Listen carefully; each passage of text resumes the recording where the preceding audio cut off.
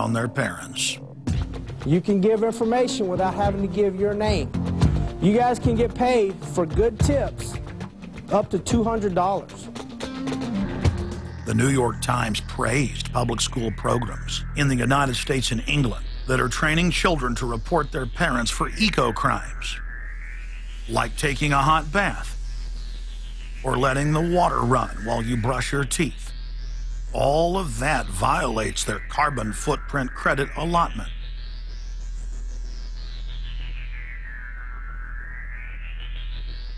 Check it out, check it out.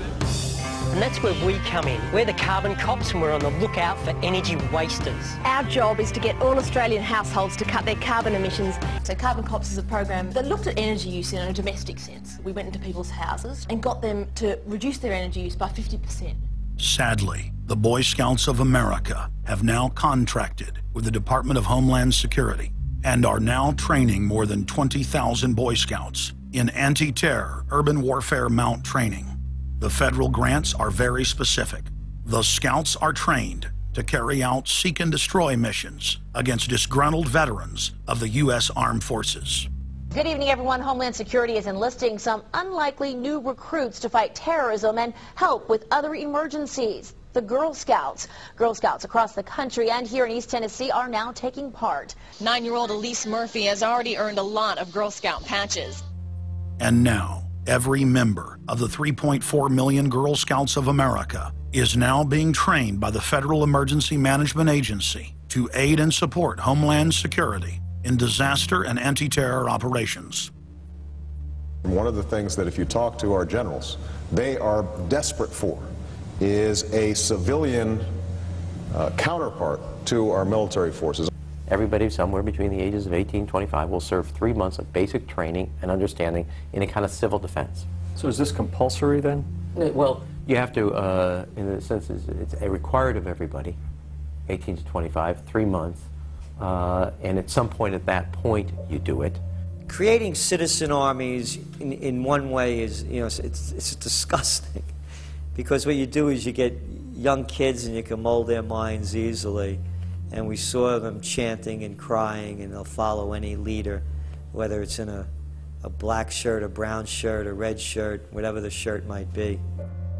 Another branch of Homeland Security, the Corporation for National and Community Service, is setting up literally hundreds of other private uniformed youth groups.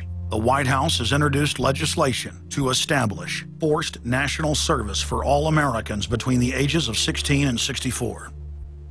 In 2008, the North American Military Governorship, known as NORTHCOM, announced that they had deployed 4,000 regular Army troops inside the United States to deal with civil unrest because they knew that their offshore masters were about to rob the United States blind. In 2009, the Pentagon requested funding from Congress to deploy 379,000 military personnel in thousands of communities across the United States. And now, legislation has been introduced in Congress to expand a system of FEMA concentration camps across the United States under the National Emergency Centers Act, H.R. 645. The Republic is hanging by a thread. The last vestiges of our free system of government are being swept away.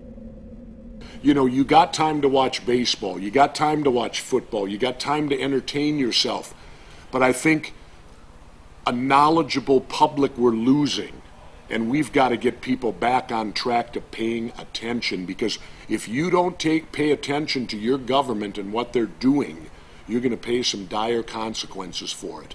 Unless we become active and become influential in the power centers of society, there's nothing we can do about it. Just knowing about it is not enough. And as long as we are given at election time an option between the Republican candidate or the Democrat candidate, both of whom have been selected by members of the Council on Foreign Relations and both of whom have the same general policies, that's not going to change anything either. So the real issue is, so what? And the answer is we've got to recapture control of the power centers of society. The people have a decision to make. Our nation has been seized in the jaws of a global corporate takeover. The Republic is passing into history. We're losing our freedoms. And it's up to every man, woman, and child in the United States to decide whether we're going to be fooled by the slick propaganda of the social engineers or whether we're going to restore the Republic. The values expressed by our founding fathers and the Declaration of Independence and other documents are very important to these times, and it's now our chance to manifest those documents. Now is the time for all good men to come to the aid of their country, because the country is being stolen from us in broad daylight. Not only stolen metaphorically, but financially as well. The numbers don't lie. The American people, having been educated as to the truth, then have to rise up and demand and get a government that starts serving them. We need a change, and it isn't going to come from Democrats and Republicans. It has to come from the American people. Dissension is the greatest form of patriotism, and I believe that. Because if you don't hold your elected officials' feet to the fire and pay attention, you are going to get bad government. So it's imperative for all of us. It's our job as citizens of this great country to pay attention. This is our last chance to not relive history. Hundreds of nations have fallen to tyranny in the last century alone. America is a prize coveted by the despotic megacorporations that now dominate our planet. If their world government is truly to rise, freedom and the republic for which it stands must fall. Now is the time for all good men and women to come to the aid of their country. One of the greatest events in history is taking place before our very eyes. For many generations into the future, our progeny will look back on this time as either a place where humanity rose to the challenge and made a stand against the forces of darkness, or as a time when the planet fell into the grip of a merciless high-tech tyranny.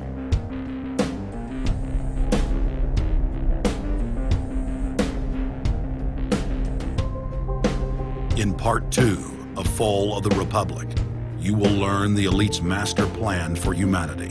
But more importantly, you will learn how to stop that plan, reverse the criminal tide, and reignite the flame of liberty on the long march to man's ultimate destiny.